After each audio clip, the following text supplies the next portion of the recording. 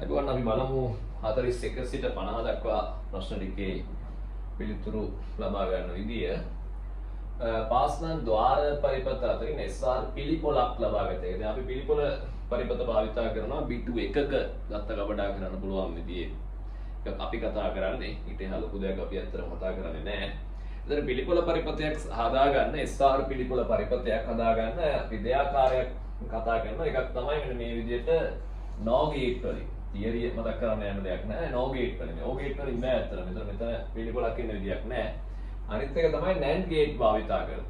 මේ NAND වලින් භාවිතා කරාම දැන් මේකේ තියෙන්නේ මෙන්න මේමයි. හරි කෙටියෙන් මේ දැන් මෙන්න මේ දීපු එක වගේ එකක් ගත්තොත් අපි NAND gate භාවිතා කරොත් එහෙම මේ විදිහට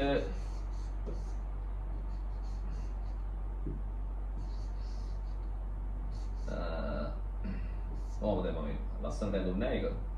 එතන මේක SR දුන්නොත් මෙතන Q bar Q ඔය විදිහට තමයි ඒක. අර මෙතන Q bar මෙතන Q නේ තියෙන්නේ. එතන මෙතන කරලා කියන්නේ මේ පොඩි වෙනසක් කරලා. එතන මේ S එකට මේ දීලා තියෙන දැන් S එක දුන්නොත් මෙතන 1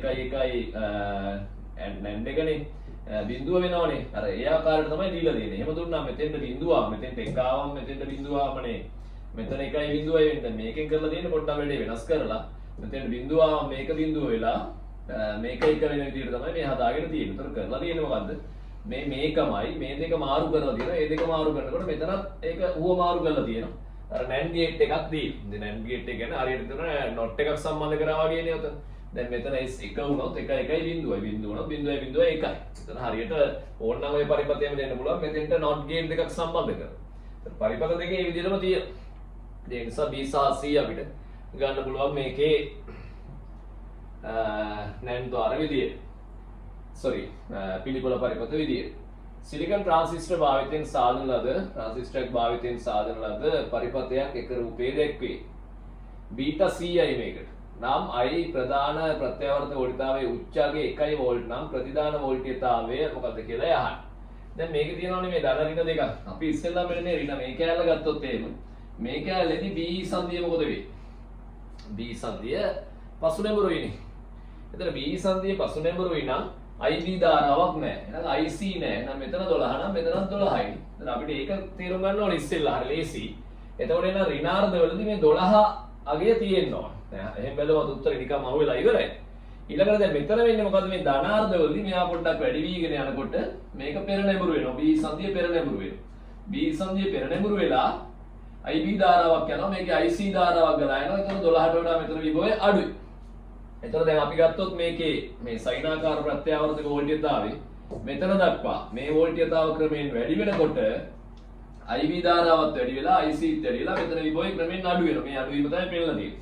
ආයි මේකේ අනිත් අර්ධය මේ වෝල්ටීයතාව ක්‍රමයෙන් අඩු වෙනකොට පෙර නැඹුරු විභවාන්තරය අඩු පෙර නැඹුරු නේ මෙතන හරහා ධාරාව අඩු වෙනවා. යම් වෙලාවක පෙර නැඹුරු නැති වෙලා යන්න පුළුවන්. අඩු වෙනකොට එතකොට මේ ICත් අඩු වෙලා මෙතන විභවය ආයි වැඩි වෙනවා මෙහෙන් පොඩ්ඩක්. එතකොට මේ තියෙන්නේ අර ධනාර්ධ වලදී විතරක් කොහොම තියෙනවා ඍණාර්ධ වලදී මොකද වෙන්නේ මේක B සංදිය පසු නැඹුරුව තියෙන්නේ ඒ නිසා IB නෑ IC නෑ අර V out එක 12ෙම පවතිනවා ඒ කියන්නේ කපා හැරී අවස්ථාව. එතකොට ඒ නිසා අපිට නිකම්ම බැලුවම උත්තරේට යන්නේ පහසුයි පස්වෙනි එකේ උත්තරේ. ඔය ඉලෙක්ට්‍රොනික්ස් වගේ ඒවා ඉතින් ගොඩක් අය අර අමාරුයි කියලා අතාරිනවා ඒක ඉතින් අපරාධය ඇත්තටම. ඉලෙක්ට්‍රොනික්ස් වල තියරි හරියට තේරුම් හරි ක්‍රමයකට ඉගෙන ගත්තොත් මේ ප්‍රශ්නේ ඇත්තට මේව ලොකු හිතන තරම් ප්‍රශ්න නෙවෙයි. ඉතින් මම මේ ඉක්මනින් සාකච්ඡා කරන්නේ ඇත්තට මම තියරි කරපු විදිහටම ගොඩක් අය එහෙම තියරි ඉගෙනගෙන ඇතයි කියන තර්කයේ උඩ ඉඳගෙන. ඉලෙක්ට්‍රොනික්ස් කියන්නේ සිලබස් එකේ තියෙන ලේසිම පාඩම. හැබැයි කල් වේලා ඇතුව කරලා පාස් පේ ප්‍රශ්න ටික එහෙම කරලා තියෙන්න ඕනේ. ඉතින් ගොඩක් වෙලාවට අන්තිම මොහොතේ උඩින් පල්ලෙන් කරලා නම් මේ වගේ ඒවා පදාර්ථ විකිරණ වගේ ඒවා එතනම කොට දාගන්න අමාරුයි එතකොට. 43 දී ඇති පරිපතයේ VDS සමානයි භාගයේ VDD නම් D වල විභවයනේ අහන්නේ මෙතන විභවය අහන්නේ. ඉතින් මේ තියෙන්නේ අපි දන්නවා මොකද්ද? ශේෂ්ත්‍රාචරණ ට්‍රාන්සිස්ටරය. එතන මේ ශේෂ්ත්‍රාචරණ ට්‍රාන්සිස්ටරේ ඉතින් අපි දන්නවා මේ ගේට් එකෙන් ධාරාවක් ගලා යන්නේ නැහැ. දැන් මේකයි තියරි ඕකේ අර අපි කතා කරනවානේ N channel P channel දැන් මම ඒවා මොකුත් තේරෝ තියරි කියන්නේ නැහැ මේ පරිපතේට අදාළව පැහැදිලි කරන්න යන්නේ. එතන මේකෙන් ධාරාවක් ගලන්නේ නැහැ. මෙයාගේ ධාරාව තමයි මේ දිගටම ගලා යන්නේ. ඉතරයි අපිට මෙතන ගන්න තියෙන වෙන 아무තු දෙයක් නැහැ. එතකොට මෙන්න මේ හරහා විභවාන්තරය දැන් සමස්ත විභවාන්තරය 12ක් කියනවා. එතන මෙතන 6ක් කියනවා. එහෙනම් මෙයා හරහා විභවාන්තරය එකතුවත් 6ක් පෙන්නනවා. තේරම 12යිනේ. ඊට පස්සේ අපිට තියෙන තර්කය තමයි id ධාරාව මේකේ ගණන ධාරාවමයි මේකේ ගණන. ඒතකොට මේ විභවාන්තරය බෙදෙන්නේ ප්‍රතිරෝධ අනුපාතයට. එහෙනම් මෙතන 450ට 150. එතන 6. එතන 600 නේ වගේනේ. එතකොට මෙතන 1.5. එතන මෙතන 4.5යි. එතන මෙතන 12යි නම් එහෙනම් මෙතන වෙන්නේ 7.5ක්. එයි. දානනේ. 12ට වඩා 4.5කින් අඩු වෙන්න ඕනේ එච්චර. ඉතින් මේකේ මහා අමුතු දෙයක් නැහැ. ඒකම දේ තමයි මොකද මෙහෙන් ධාරාවක් ගලන්න යන්නේ. මොකද මේ අපි දන්නවා ශේෂ්ත්‍ර ආචරණ ට්‍රාන්සිස්ටර් වල ධාරාවකින් ධාරාවක් පාලනය වෙන්නේ නැහැ. විභවයකින් නැත්නම් විද්‍යුත් ශේෂ්ත්‍රයකින් ධාරාව පාලනය කරන එක කරන්නේ. ඒ නිසා අපිට මේ පැත්තේ ධාරාව ගැන හිතන්නේ නැහැ. මේ යන දෙකේ ධාරාවන් එකම ධාරාව නිසා ශ්‍රේණිගත සම්බන්ධය සැලකුවා. ඔය විදිහට උත්තරේ ගත්තා. 44 ප්‍රස්ථාරයේ පෙන්වනු ලබන්නේ ද්‍රවාංකයට ඉහළ උෂ්ණත්වයකට රත් කරන ලද නැප්තලින්. ඒ කියන්නේ ද්‍රව නැප්තලින් අචල ස්කන්ධයක් සඳහා සිසිලන වක්‍රය. පාද ප්‍රකාශ සලකා බලන්න. එතන මේ වෙලා තියෙන P සිට Q දක්වා ද්‍රවය සිසිල් වෙමින් ඇවිල්ලා ඊට පස්සේ ද්‍රවය ඝනයේ බවට පත් වෙලා තියෙනවා QR වලදී. ඒ කියන්නේ අවස්ථාව විපර්යාසයක් සිදු වෙලා ඊට පස්සේ R සිට S දක්වා වෙලා තියෙන්නේ ඝනයේ උෂ්ණත්වය තවදුරටත් අඩු වෙමින් පැවතිලා. P සිට S දක්වා කාලයක් සමග අඛණ්ඩව තාපය හානි වීමේ ශීඝ්‍රතාව අඩු වේ. නෑනේ. P සිට S දක්වා දැන් මෙතෙන්දී තාපය හානි වෙනවා හරි උෂ්ණත්වය අඩු වෙනකොට තාපය හානි ශීඝ්‍රතාවත් අඩු වෙනවා. ඇයි මේකේ උෂ්ණත්වය අඩු වෙනවා පරිසර උෂ්ණත්වය නියතව තියෙනවා. ඒතර අමතර උෂ්ණත්වය එන්නේ අඩු වෙනවනේ තාපය හානි වීමේ ශීඝ්‍රතාව අඩු වෙනවා. නිව්ටන්ගේ සිසිලන නියමය අනුව. හැබැයි දැන් Q සිට R දක්වා මේක උෂ්ණත්වය නියතවනේ තියෙන්නේ. ඒතර උෂ්ණත්වය නියතව තියෙනවා නම් ඒතර ඒ කාලයේදී තාපය හානිමේ ශීඝ්‍රතාවත් නියතයි. ඊට පස්සේ ඉතින් R සිට S දක්වා ආයි පද්ධතියේ උෂ්ණත්වය අඩු වෙන නිසා තාපය හානිමේ ශීඝ්‍රතාව ආපහු අඩු වෙනවා. ඒක හරි. ඒ නිසා සමස්ත වශයෙන් ගත්තොත් P සිට C දක්වා තාපය හානිමේ ශීඝ්‍රතාව දිගටම අඩු වෙනවා කියලා කියන්න බෑ. අඛණ්ඩව අඩු වෙනවා කියලා කියන්න බෑ. ඒක වැරදි. Q සහ R අතර තාපය හානි වෙන එකම ආකාරයේ গুপ্ত තාපයයි. ඔව්නේ. Q සහ R අතර වෙන තාපය හානි වෙන විදියක් නෑනේ. එතන මොකද අවස්ථාව විපර්යාසයක් සිදු වෙන්නේ උෂ්ණත්වය නියතව තියෙනවා. එහෙනම් গুপ্ত තාපයේ විදිහට තාපය හානි වෙනවා. මොකද ද්‍රව නැප්තලින් ඝන බවට පත් වෙමින් තියෙන්නේ. ඊට පස්සේ ඒක හරියට එතකොට P සිට Q දක්වා නැප්තලින් වල අභ්‍යන්තර ශක්තිය අඩු වෙමින් පවතී. අන්න ඒකත් වැදගත්. P සිට Q දක්වා නැප්තලින් වල අභ්‍යන්තර ශක්තිය අඩු වෙමින් පවතී. ඔව්ද අපිට පිටතට විද්‍යාමාන නොවුනට මේ තාපය ඉවත් වෙනවනේ. ඒතර අවස්ථාව විපර්යාසයේ සිද්ධ වෙනකොට උෂ්ණත්වයේ වෙනසක් සිද්ධ වෙන්නේ නැහැ. නමුත් මේ අභ්‍යන්තර ශක්තිය අඩු වීමක් තමයි සිද්ධ වෙන්නේ. ඒතර ඒක හරියනේ. නිසා මේ BC තමයි අපිට නිවැරදි විදියට ගන්න වෙන්නේ. 45 රූපේ පරිදි වෘත්තයකින් 4 1 හැඩය ඇති වක්‍ර කොටසකින් සමන්විත ඒ වස්තුව සුමටතිර ස්ථලයක තබා ඒ මත B 2m ස්කන්ධයකුත් තියලා තියෙනවා. සියලුම ස්පර්ශයන් සුමටයි. ඒ වස්තුවට 2gr ප්‍රවේගයක් වම් පසට ලබා දුන්නොත් මේ පැත්තටනේ. මෙන්න මේ 2 මෙන්න මේක තමයි මේ වස්තුවේ කියලා කියන්නේ. එයාට 2gr ගේ මූලය ප්‍රවේගයක් ලබා දුන්නොත් B චලිත වන උපරිම උස. දැන් මොනවද වෙන දේ පැහැදිලි කරගනිමු අපි. දැන් මේ තලයක් සුමටයි මේ දෙන්න අතර ස්පර්ශයක් සුමටයි. එතන මෙයා තල්ලු කරොත් මෙයා මෙතනින් ඉද්දිම මෙයා මේ පැත්තට යනවා. මේ 2යෙන් මෙහෙම තියෙද්දිම මේ A කියලා අර අමුතු හැඩය වෙනස් හැඩයක් දීපු වස්තුව මෙහෙට යනවා. හැබැයි ඒක යනකොට මම දැන් අර අනිත් ඒවා මගල දාන්නම් මේක පැහැදිලි කරගන්න ඕන නිසා. එහෙම යනකොට දැන් ඔයගොල්ලන්ට පේනවා දැන් මම ඒක ගන්නම් මෙන්න මෙහෙම ආවා ඒක. ඊට පස්සේ මෙහෙම තිබුණා. දැන් මෙහෙම එනකොට දැන් මෙහෙම වෙන්න විදියක් නැහැ නේ. මෙයා උඩට යන්න ඕන. ඔය තියෙන විදියට උඩට යන්න ඕන. එහෙම උඩට ගිහිල්ලා උපරිම ප්‍රවේගයක් ගන්න. අපිට ගොඩාක් ප්‍රශ්න වලින් හමු වෙනවා. එහෙම වස්තු දෙකක් ගැටිලා දුන්නක සම්පීඩනය වෙලා 2020 පේපර් එකේ ප්‍රශ්නයකදී අන්තිම හරිය. ඒක උපරිම ප්‍රවේගයක් ගන්න අවස්ථාව වෙන්නේ උපරිම උසකට මේ යන අවස්ථාව වෙන්නේ ඒ දෙන්නගේ ප්‍රවේග සමාන වෙන අවස්ථාව සලකන්න ඕන. එතකොට තමයි මේ සම්බන්ධය අපිට ගන්න පුළුවන් වෙන්නේ. එතන ප්‍රවේග සමාන වෙන අවස්ථාවේදී තමයි එතන මෙයාගේ ප්‍රවේග සමාන නම් ඊට එහා යන්න බෑනේ. ප්‍රවේග වෙනස් වුණොත් මෙයා මෙහෙට යනකොට සාපේක්ෂව අර උඩට යන්න පුළුවන් වෙන්නේ. එහෙනම් ප්‍රවේග සමාන වෙන අවස්ථාව ගැන හිතලා අපිට ප්‍රකාශනයක් ගන්න පුළුවන් මේ. මුලදී මෙයාට 2gr ගේ මූලය කියලා වේගයක් දෙනවනේ. ඒතර යාට ගම්මිතාවක් තියෙනවා m වාරයක් 2gr ගේ මූලය. මේ මූලික ටික ලියන්න. ඒතර ඔයගොල්ලෝ සුළු කරලා ගන්න පුළුවන් ටක් ගන්න. පස්සේදී මේ දෙන්න එකට යන අවස්ථාවක් තියෙනවා. ඒ වෙලාවේ තමයි උඩටම යන්නේ. ඒතර මේ එකට යන අවස්ථාවේදී වෙන්නේ මොකද්ද? 3i වාරයක් මොකක් හරි v වේගයක් තියෙනවා. අර v වේගයක් ලබාගෙන තියෙනවා. දැන් ඔන්න v ට මෙතනින් සම්බන්ධයක් හදා ගන්නත් පුළුවන්. ඊට පස්සේ කරන්න තියෙන්නේ හරි සරල දෙයක්. මෙයාට මොඩි චාලක ශක්තියක් තිබුණා භාගයයි m 2gr ගේ මූලයේ වර්ගය. ඒතර මූලයේ වර්ගය ලියනකොට මෙහෙම ලියුවම හරියනේ. මූලයේ වර්ගය. කියන්නේ nv වර්ග ලියලා තියෙන්නේ චාලක ශක්තිය ලියන්නේ. මූලයේ වර්ගය ලියනකොට ඉතින් මූලය නැති වෙලා වර්ගයට එම ওই විදිහට ලියුවා. ওই ශක්තිය සමාන වෙන්න ඕන දැන් මේ දෙන්නට චාලක ශක්තියක් තියෙනවනේ භාගයයි 3m v වර්ග සහ 2m එක උඩට ගිහිල්ලා තියෙනවා h ප්‍රමාණයක් 2mgh ඔන්න ඔය විදිහ. මේන මේ v වර්ගයට මෙතනින් ආදේශ කරගන්න මොකද ඒක කැපිලක් යනවානේ 2gr ගේ මූලයේ බෙදීම 3 ඒකත් වර්ග වෙනවා. ඒතර හරිය ලේසි මේක සුළු කරලා ගන්න එක. මේක උත්තරේ අංකයේ විදිහට මට මතක නැහැ. ඔන්න ඔකට දැන් මම සුළු කරලා ඔයගොල්ලන්ට ලේසියෙන් ගන්න පුළුවන්. ඒතර අවස්ථාව මොකද්ද? මේ වගේ අවස්ථාවකදී මෙයා උපරිම උසට යන්නේ නම් දෙන්නගේ ප්‍රවේග සමාන වූ අවස්ථාව අපි මේ ගම්‍යතා සංස්ථිතිය ලිව්වා. ඊට පස්සේ මොකද ලිව්වේ? යාන්ත්‍රික ශක්ති සංස්ථිතිය ලිව්වා. ඉතින් මේවා ඉක්මනින් එහෙම ලියලා බලන්න. සුළු කිරීම ඉක්මනින් කරගන්න පුළුවන්. ඉතින් මම ලොකු කාලයක් ගන්න දැන් මේක අරමුණත් ඉක්මනට මේ ක්‍රම අල්ලලා දෙන එක. අර සුළු කිරීම පියවර ඔයගොල්ලෝ ඉක්මනින් එහෙම අවධානය යොමු කරන්න මේ විදිහට ගන්න. 46 එල් දිගටි සරසම දඬු තුනක් භාවිතයෙන් තනන ලද ඉච්ඡකුරේ හැඩේ ඇති සැකැස්ම එහි තලයේ තිරස් වන පරිදි පිහිටුවා එක් දණ්ඩක් ඔස්සේ පවතින තිරස් රේඛාව වටා භ්‍රමණය වනසේ මුදා හරි. තලයේ තිරස් වන විට පද්ධතියේ කෝණික ප්‍රවේගය. එතකොට දැන් මෙහෙම තියලා මුදා හැරියම. ඒ කියන්නේ ඉච්ඡකුර තිරස්ව තියලා එක දණ්ඩක් වටා කරගෙන විදිහට මුදා හැරියා මේ විදිහට.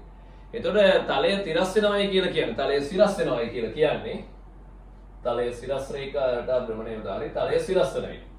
එතකොට දැන් මෙයාගේ විභව ශක්තියක් අඩු වෙනවා. දැන් මේක පහළට යනවා කියන්නේ මෙන්න මේ දණ්ඩ. එයාගේ ඒකක දිගක ස්කන්ධය m කියලා ගත්තොත් මුළු ස්කන්ධය l. එයා l දුරක් පහළටත් යනවා. එයි මේ දණු කෑල්ල පහළට යනවනේ. මේ දණු කෑල්ල හැරෙනවනේ පහළට. එහෙනම් එයාගේ විභව ශක්තිය අඩු වෙනවා. ml ස්කන්ධය m g h h කියන්නේ තෙල්. දැන් මේ ml කියේ මොකද ඒකක දිගක ස්කන්ධය m කියලා ගත්තොත් එහෙම ml ස්කන්ධයක් තියෙනවා. ඒක l දුරක් පහළට යනවා. ඔය විභව ශක්තිය අඩු වෙනවා. ඊළඟට මේ හරස් දණ්ඩේ විභව ශක්තිය අඩු වෙනවනේ. ඒ හරස් දණ්ඩේ විභව ශක්තිය අඩු වීම ලියන්න පුළුවන් අපිට සමාන නෙවෙයිනේ. ඒ විභව ශක්තිය අඩු වීමත් මේකට එකතු කරොත් එතකොට අපිට එනවා ඒතර ml ස්කන්ධයක් තියෙනවා. g h ට දාන l බෙදීම දෙකයි. එයි මේ දණ්ඩ මේව තිරස්ව තිබිලා මේ විදියට මෙහෙම හැරෙන එක නෙවෙයි. එතකොට යාගේ ස්කන්ධ කේන්ද්‍රය මෙතනලා මෙහෙට යන. එතකොට L බෙදීම දෙකයිනේ. එතකොට ඒකාකාර දඬුනේ මේක සමාන වෙන්න ඕනේ මෙයාගේ භ්‍රමණ චාලක ශක්තියට භාගයයි I ඔමෙගා වර්ග. එතකොට අපිට ගන්න වෙන්නේ භාගයයි I ලියන්න වෙනවා. සුළු කරලා ගන්න මම ප්‍රකාශනයේ විතරක් ලියනවා. I ලියන්න වෙන්නේ දැන් මේ දණ්ඩ ගත්තොත් මේ දණ්ඩ මේක වටා කරගෙන කෙලවරක් කරා යන අක්ෂයක් වටා අවස්ථිති කූර්ණය 12න් 1යි m ට දාන්න වෙන්නේ I ml වර්ග. sorry ml වර්ග නෙවෙයි 12යි m ස්කන්ධය මම එළිවේ තාම l එක ලිව්වේ නෑ l වර්ග අවස්ථිති කූර්ණය අනිත් කෑල්ල ලියවෙන අවස්ථිති කූර්ණය මේම මෙන්න මේ දණු කෑල්ල ඒ දණු කෑල්ල හැමදැනම මෙයාගේ ඉඳලා දුර l එතන ඒ නිසා ස්කන්ධය ml කියලා ගත්තාම මේක වාරයක් l වර්ග තමයි එයාගේ අවස්ථිති කූර්ණය අර mr වර්ග කියලා ගන්නනේ අපි r දුරින් පිට m ස්කන්ධයක ඔය දීලා තියෙන අක්ෂයක් වට අවස්ථිති කූර්ණය ඔන්න ඔබ ලියන්නේ නෙවෙයි. එතන මේ තමයි අවස්ථිති කූර්ණය භාගයයි I ඔමෙගා වර්ග. ඉතින් මේක m කියන පදයෙන් කැපිලා යාවි. l පද වලින් එහෙම තමයි එන්නේ g ඉතුරු වෙනවා. මොකද අර පැත්තේ g නැහැනේ. ආන්නේ ටික සුළු කරලා බලන්න. සුළු කරන්න කියන්නේ මහා අධික ප්‍රකාශනයක් නෙවෙයි. ඒක සුළු කරාම බලන්න ලැබෙන ප්‍රකාශනය මට ඉලක්කමක් විදිහට මතක නැහැ. මේ වගේ එකක් මතක සුළු කරලා බලන්න. හරිද? ඔයගොල්ලෝ පොඩි වැඩක් තියෙනත් ඕනේ මේ සුළු කරලා එහෙම කරගෙන යන්න. 47 බලන්න. A සිට B A සහ B ලී කුට්ටි දෙකක් සැහැල්ලු තන්තු සුමට කප්පි භාවිතයෙන් සම්බන්ධ කොට ඇති ආකාරයන් නම් පෙන්නලා තියෙනවා. සෑම ස්පර්ශයක් සඳහාම සීමාකාරී ඝර්ෂණ සංගුණක එකම අගයක් වේ නම් එක් එක් අවස්ථාවේ B කුට්ටිය චලිත කරගෙන යන යෙදිය යුතු අවම බලයන් F1 F2 F3 වේ නම් ඒ අතර නිවැරදි සම්බන්ධය මොකක්ද කියලා යහන. දැන් මේ වෙලාවේ මේ බලය යොදන්න වෙන්නේ මෙතන තියෙනවා මුළු ස්කන්ධයක්. මෙතන ප්‍රතික්‍රියාව මේකේ බලට සමානයි. ඒ අනුව මේක විරුද්ධව යොදනවා ඝර්ෂණ බලය. ආන්නේ ඝර්ෂණ බලයට සමානව බලයක් යොදලානේ උපරිමයට සමාන වෙන සීමාකාරී ඝර්ෂණ බලයට සමානව බලයක් යොදලා තමයි F1 චලනය කරන්න හදන්න වෙන්නේ. මොන වෙලාවෙද මේ අර නිකම්ම ස්කන්ධයක් මත ස්කන්ධයක් තියලා තියෙන වෙලාව. එතකොට දැන් මේවට ගණන් හදන්න බල ලකුණු කරන්න යන්න එපා. ඊළඟ එක අපි ඔය විදිහට සස්න ගමු. දැන් මේකට ගියොත් එහෙම මේ පතුලෙන් මෙහෙට ඝර්ෂණ බලයක් ඇති කරනවානේ. ඒකට දාලානේ මේ දෙන්නගෙම බර නිසා ඊට සමාන අවිලංඝ ප්‍රතික්‍රියා. ඉතින් මෙහෙට අදිනකොට තව මොකද වෙන්නේ? දැන් මෙයා මෙතන සම්බන්ධයක් කරපු නිසා ඒ මගිනුත් මෙහාට ඝර්ෂණ බලයක් යදනවා. අන්න එතකොට මොකද වෙන්නේ? දැන් මෙතෙන්දී යෙදුනේ අර පතුලෙන් යෙදුන එක විතරයි. ඒ හා සමාන එකක් මෙතනත් යෙදෙනවා. ඇයි අර ඒ බාරයන් දෙකමනේ තියෙන්නේ. ඊට අමතරවත් මෙතන බලයක් යෙදෙනවා. දැන් මොකෝ වෙන්නේ? අරක ඊට වඩා වැඩි එකක් යොදන්න වෙනවයි කියන එක නේද අදහස් වෙන්නේ. මෙතෙන්ටත් අපි ආවොත් මෙතනත් අර දෙන්නගේ බර නිසා මෙහෙම එකක් යෙදෙනවා. ඒ වගේම දැන් මේ දෙන්න චලිත කරනකොට A මෙහෙට B මෙහෙට චලිත වෙන්නේ අර පැත්තට චලිත වෙන්නේ. ඒ කියන්නේ මේ චලිතයට විරුද්ධව මෙහෙට ඝර්ෂණ බලයක් යෙදෙනවා. ඊට අමතරව මෙතන තන්තු යාතදියකුත් තියෙනවා. දැන් එන්න බල මොකද වෙලා තියෙන්නේ? මෙතෙන්දි තිබිච්ච එක මෙතෙන්දි තිබුණා ඊට අමතරව මේක තිබුණා. මේකට අමතරව මේකයි අර තන්තු යාතදියකුත් එනවා. ඒතර මේ තුනම වැඩ පවත්වන්න බලයක් මේ පැත්තට යොදන්න වෙනවා. ඒ නිසා මේ පද්ධතිය චලිත කරවන්න නම් වැඩිම බලය එන්න ඕනේ F3 අඩුම වෙන්න ඕනේ F1 මේක. ඉතින් මේකට නම් සීරම අභිලම්බ ප්‍රතික්‍රියා ඝර්ෂණ සංගුණක ලියලා ආයෝ මේ අයව කරන්න යන්න බෑ. එහෙම ගන්න නෙවෙයි MCQ දීලා තියෙන්නේ. 48 බලමු. පාද රූපයේ පරිදි රළු තලයක්මක් තබා ඇති සරසම වස්තු දෙක L දිගති වෙන්නේ නැති නේ. මෙතන අකුර වැරදිලා තියෙන්නේ. L දිගති අවිතාන තන්තුවකින් ඈඳා ඇත. A මත F නියත තිරස් බලයක් යොදනු ලැබේ. x සමානයි බිඳුව පිටුවෙන් වම් පසදී එක් ස්පර්ශය සඳහා ඝර්ෂණ සංගුණකය ඒක මේ අඩුයි පොඩ්ඩක් μ1ද දකුණු පසදී ඝර්ෂණ සංගුණකය μ2ද වේ. μ1කට වඩා μ2 වැඩි කියලා තියෙනවා. දුර x අනුව තන්තුවේ ආත්‍ය t හි විචලනයේ වඩාත් හොඳින් දැක්වෙන්නේ පාත කුමන ප්‍රස්ථාරය මගින්ද කියලා. දැන් මේකට එහෙම දිග ගණන් හදන්න බෑ. දැන් අපි මේව ගන්න. A හා B සර්වසම වස්තු දෙකක් නේ. ඕම F බලයක් යොදලා තියෙනවා. දැන් අපෙන් අහන්නේ කවුරු මත ඝර්ෂණ බලද? T හි විචලනයේ තන්තුවේ ආතතියනේ. එතකොට බලන්න දැන් B මත සීමාකාර දැන් චලිත වෙනවා නම් ගතික ඝර්ෂණ බලය F1යි. ඔය මෙව කතාව ඕනෙත් නෑ මෙතෙන්ද. දැනට පස්සේ ඕනොත් ගනිමු. මෙයා මත F2යි කියලා හිතමු. ඇත්තටම F1යි F2යි කියලා ගන්න දෙයක්වත් නෑ නේ. මේ දෙන්න සමාන. සමාන ඝර්ෂණ බල තියෙන්නේ. එයි සර්වසම වස්තු දෙකක්. එතන මේ මෙතන එකම පැත්තේ නිසා ඝර්ෂණ සංගුණගත සමානයි. ඒ නිසා ගතික ඝර්ෂණ බලයන් සමානයි. ඒතර චලිත වෙමින් තියෙද්දී අපිට කියලා නෑ නියත ප්‍රවේගයෙන් යනවාද අර මේ එහෙම කියලාත් නෑ. එතකොට තන්තුවේ ආතතියනේ අපිට සම්බන්ධය විදිහට දීලා තියෙන්නේ. ඒතර F බලයක් එදෙනවා. අපි හිතමු ත්වරණයක් තියෙනවා කියලා ඉතින් සාධාරණ ලෙසනේ. ඒතර එහෙම ගත්තොත් එහෙම නිකන් බල සසඳාගෙන ගියොත් එහෙම අපිට අතනින් F බලයක් යොදනවා. තන්තුවේ ආතතිය සොයන්න ඕන. එතකොට දැන් මේ එක්කෙනෙකුට අපි යදුවොත් එහෙම x සමානයි මේ නැත්තම් දෙන්නටම යදුමුනේ. දෙන්නටම යදුවොත් එහෙම කොහොම F බලයක් යොදනවා චලිත වෙන පැත්තට. විරුද්ධව අපි හිතමු මෙයා F0 මෙයා F0 කියලා. දෙකයි F0 බලයක් යදෙනවා. සමානයි ස්කන්ධය දොර 2m වාරයක් A. ඔන්න F සමානයි මේ දුව. පොඩි සැසඳීමක් අපි මේ කරගන්න. ඊළඟට මේ එක්කෙනෙකුට යොදන්න ගියොත් B ට විතරක් ඒ පැත්තටම තන්තුවේ ආතතිය තියෙනවා. ඊළඟට තියෙනවා මොකක්ද F0 එකක්. මේ F එක F2 ලිව්වට සමානයි නේ. ඊට පස්සේ ඒක සමානයි NA නේ. ඔය විදිහටයි එන්නේ. ඉතින් දැන් මේක මේ T ට උත්තරයක් ගන්නනේ අපිට ඕන. ඒ නිසා හොඳම වැඩේ තමයි මෙයා 2T 2F0 2 ඔහොම කරන්නේ. ඊට පස්සේ නිකම්ම පේනවා ඇති. සුළු කරන දෙයක්වත් නැහැ. මේ පදේමයි මේ තියෙන්නේ. මේ පදේමයි මේ තියෙන්නේ. එහෙනම් මේ පදේමයි මේ තියෙන්නේ. ඒතර 2T සමානයි F. ඒතර T සමානයි F බෙදීම 2යි. කියන තන්තුවේ ආතිය F බෙදීම 2යි. මීටත් වඩා කෙටියෙන් හිතලා ගන්න පුළුවන්. මම මේ වැඩි හොඳට ලියලා ගත්තා. එතකොට ඔය දෙන්නම එහා පැත්තේ හිටියෝ මොකද වෙන්නේ? ඒත් ඝර්ෂණ බලය අදාළත්වයක් නැහැ නේද? ඒතකොට දෙන්නම මේ සීමාවෙන් එහා පැත්තට ගියොත් ඒත් ඝර්ෂණ බල දෙක සමානයි. කීය හරි කමන්නේ සමානයි. එහෙම වුණොත් මේ සමීකරණය ආයෙ ලියවෙයි.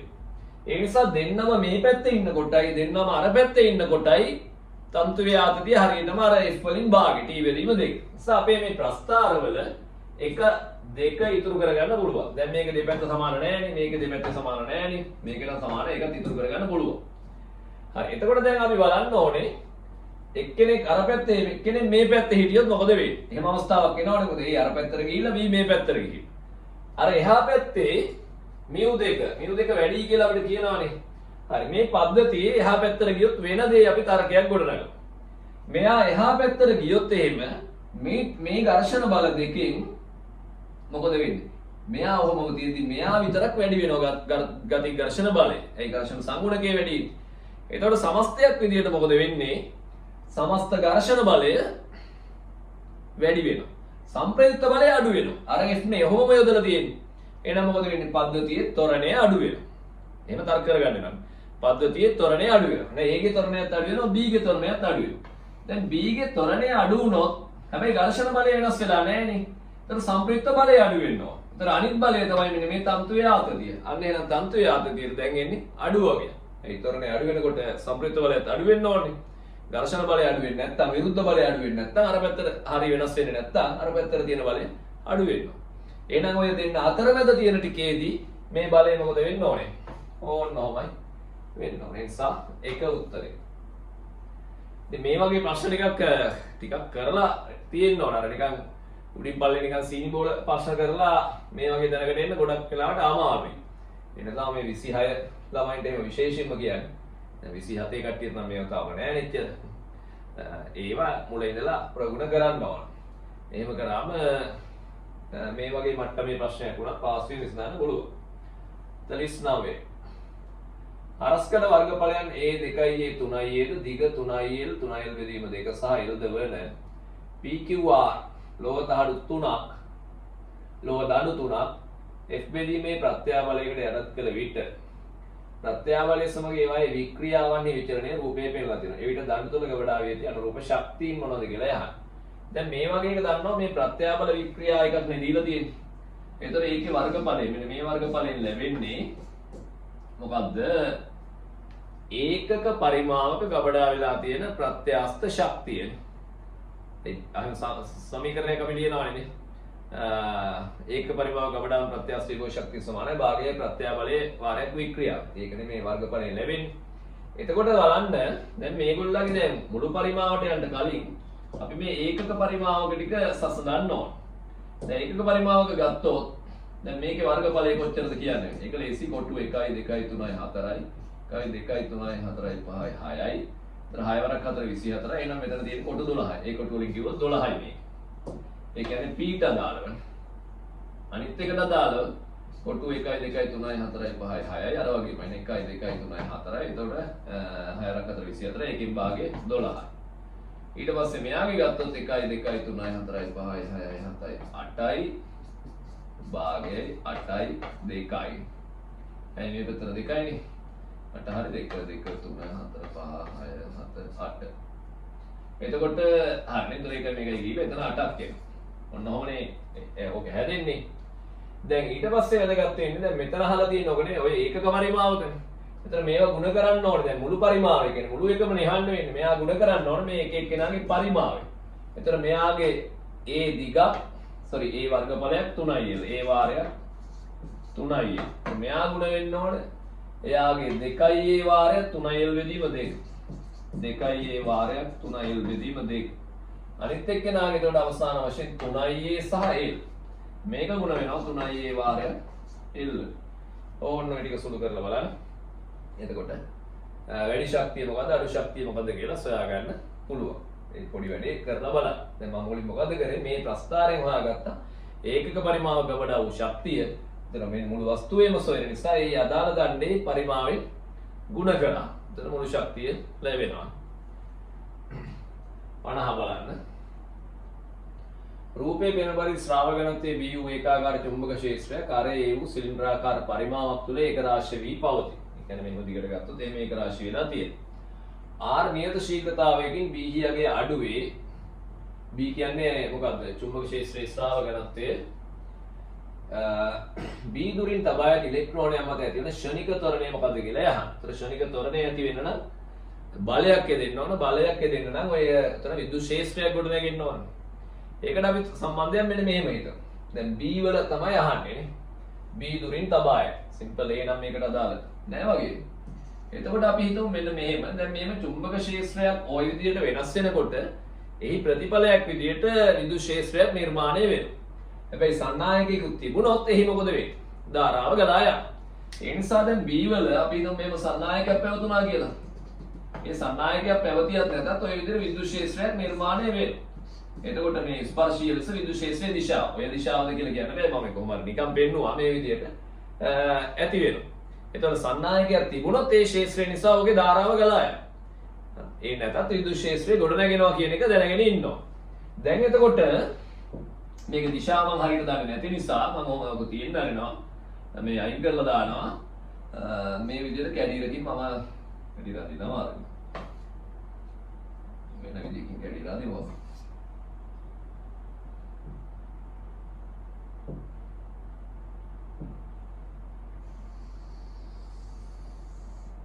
ඔන්න ඔය විදිහට පෙන්වුවා මේක උත්තරයක් වගේ නෙමෙයි කොහොම හරි එකට ප්‍රශ්නයක් නැහැ. එහෙම අපි හිතමු සන්නායකයා පැවතියයි කියලානේ. එතකොට එයා හරහා මේ පවතින චුම්බක ක්ෂේත්‍රයේ වෙනස් වීමේ ශීඝ්‍රතාව. ඒතර වෙනස් වීමේ ශීඝ්‍රතාවක් අපිට ලියන්න වෙන්නේ දැන් phi සමානයි BA නේ ස්‍රාවයනේ. වෙනස් වීමේ ශීඝ්‍රතාවක් එන නම් මේක බෙදන්න ඕන ඔය විදිහට. එතන B බෙදීම T. ඒ කියන්නේ විදුලි මේ චුම්බක ක්ෂේත්‍රයේ B වලගේ වෙනස් වීමේ ශීඝ්‍රතාව R කියලා දීලා තියෙනවා. එතන ක්ෂේත්‍ර බලය විදිහට අපිට ගන්න වෙන්නේ මේ ක්ෂේත්‍ර බලය මොකද්ද? phi B වර්ගනේ. ඔන්න ඕක තමයි ප්‍රේරිත විද්‍යුත්ජාමක බලය. ස්‍රාවය වෙනස් වීමේ ශීඝ්‍රතාව ඕක. phi B වර්ග. එතන විද්‍යුත් ක්ෂේත්‍රය හොයාගන්නයි ඊට පස්සේ අපිට බලය සොයන්නයි නේ තියෙන්නේ. එතකොට දැන් අපි ඊළඟට හිතුවොත් එහෙම මේ ස්‍රාවය අඩු වෙනවා. B යගේ අඩු වෙනවා. දැන් මේක සන්නායකයක් කියලා හිතුවොත් ධාරාව යන පැත්තෙන් මේවා තීරණය කරන්න පුළුවන්. මෙයා ඇතුළට තියෙන ක්ෂේත්‍රය අඩු වෙනවා. අඩු වෙනකොට ඒකට විරුද්ධයි. විරුද්ධ නම් මොකද වෙන්න ඕනේ? එළියට ක්ෂේත්‍රයක් ගොඩනගා ගන්න ඕනේ. මේ ඇඟිලි ටික එළියට එන්න. එතනම අපිට ඇඟිල්ල මේ පැත්තට. ඒ කියන්නේ ධාරාවක් මේ පැත්තට ගලන් යනවා. ධාරාවක් ඔය පැත්තට ගලන් යන නම් ඉලෙක්ට්‍රෝන ඊට විරුද්ධව මේ පැත්තට යනවා. ඉලෙක්ට්‍රෝන මේ පැත්තට යන බලයක් දෙන්න නම් විද්‍යුත් ක්ෂේත්‍රය ගොඩනගන්න වෙන්නේ මේ පැත්තට. ඔය විදිහටනේ. එතකොට B වල ඉලෙක්ට්‍රෝනයක් තියුවොත් එහෙම ඉලෙක්ට්‍රෝනය යන්නේ එතකොට දකුණු පැත්තට කියලා පැහැදිලි. ඇයි ඔතෙන් ක්ෂේත්‍රය අනිත් පැත්තටනේ. හරි ඊළඟට දකුණට කියන එක පැහැදිලි මොකක් කර ගන්න උත්තරේ. ඊළඟට මෙන්න මෙයා ඉන්නවනේ. මෙන්න මේ රවුම හරහා ගොඩ නැගෙන විභවාන්තරය. එතන විදුලි ක්ෂේත්‍රය හොයන්න නම් අර E සමානයි V බෙදීම D ට අනුරූපව සොයන්න. එතන E කියලා කියන්නේ විදුලි ක්ෂේත්‍රය අපි සොයා ගන්න ඕන විභවාන්තරය වෙන්නේ මේක. ඒකට ස්පර්ශීයව මෙන්න දුර කියන්නේ අර රවුම. එහෙනම් R වාරයක් phi B වර්ග බෙදනවා 2යි phi R වලින්. R විදිහට තියෙන සිම්පල් B නේ. phi මේකෙන් කැපිලා යනවා. එක B එකක් කැපිලා. ඔන්න ඔතනින් එනවා RB බෙදීම 2යි කියලා විදුලි ක්ෂේත්‍රය. දැන් තොරණේ යහන්නේ. එනදී F සමාන MA දාන්න. අර පැත්තට F සමාන MA දාන්න. F සමාන MA වල මේ F ලියවෙන්නේ QE වලින්. මේක ලියවෙන්නේ QE වලින්. කියන්නේ විදුලි ක්ෂේත්‍ර තීව්‍රතාව ආරෝපණය ගුණ කළ මෙතන MA. හරි. එතන ආරෝපණයට E දානවා. විදුලි ක්ෂේත්‍රය මෙතනින් ගන්නවා RB බෙදීම 2යි. මෙතන MA. එතකොට ඉතින් A උත්තර කරගන්න. ඔන්න ඔච්චරයි. ඒතර ඔය විදිහට ඔන්න ඉලෙක්ට්‍රෝනය මත බලය සොයනවලදී අන්තිම හරිය ටිකක් අමාරු ප්‍රශ්න නෙමෙයි. ඒව ගැන එහෙම අවධානය යොමු කරන්න. ප්‍රශ්න 50ක් සාකච්ඡා කළා ඉවරයි. එතන මේ 50 ඇතුලේ සිලබස් එකේ ගොඩාක් දේවල් ඉක්මනින් මතක් කරගන්න උදව් වුණා. 51 60 අපි අලුත් පේපර් එකේ මුල ප්‍රශ්න ටිකක් කරන්නේ. ඒ නිසා පහසු ප්‍රශ්න ටිකක් හමු වෙනවා. ඒ ටික බලමු ඊළඟට එනවා.